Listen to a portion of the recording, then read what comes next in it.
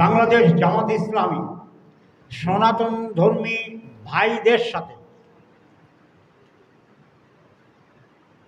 তোমরা সনাতন ধর্ম অবলম্বী ভাই ভাই বলে আমাদেরকে আখ্যায়িত করেছেন এবং অত্যন্ত কাছের জিনিস, হার্ট একটা জিনিস। সেই উপলক্ষে প্রথমেই আমি জামাত ইসলামী এই সংগঠনকে আমার আন্তরিক ধন্যবাদ জানাচ্ছি। সুধী মণ্ডলী, যখন 5ই আগস্ট তার পতন ঘটল,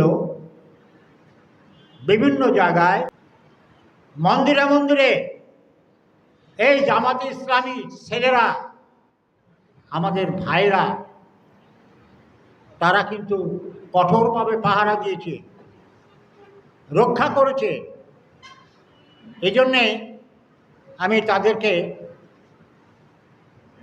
আমাদের হিন্দু ভাইদের এবং মন্দির কমিটির পক্ষ থেকে তাদেরকে অশেষ অশেষ ধন্যবাদ জানাচ্ছি।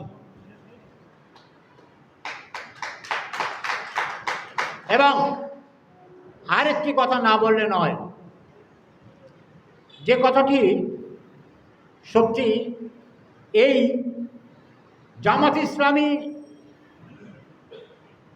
বাংলাদেশ জামাত ইসলামী একটি সংগঠন।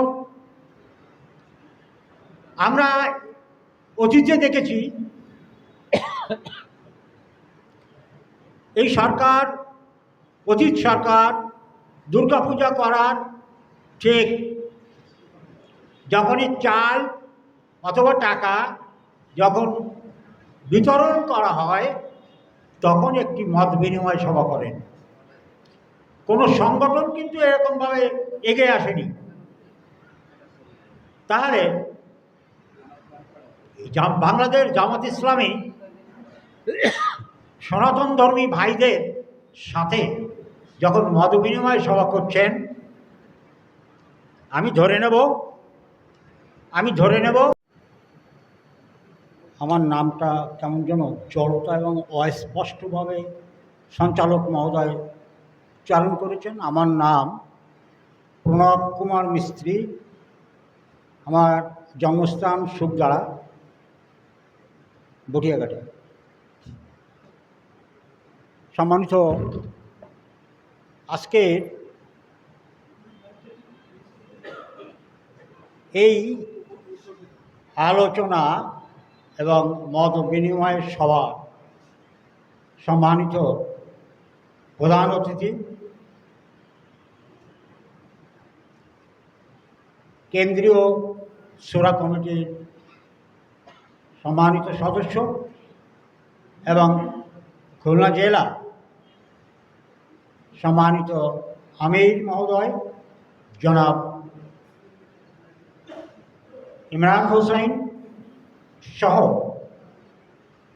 জামাত ইসলামী সংগঠনের বিশেষ অতিথিবৃন্দ, মঞ্চে উপবিষ্ট আছেন সুধীজন,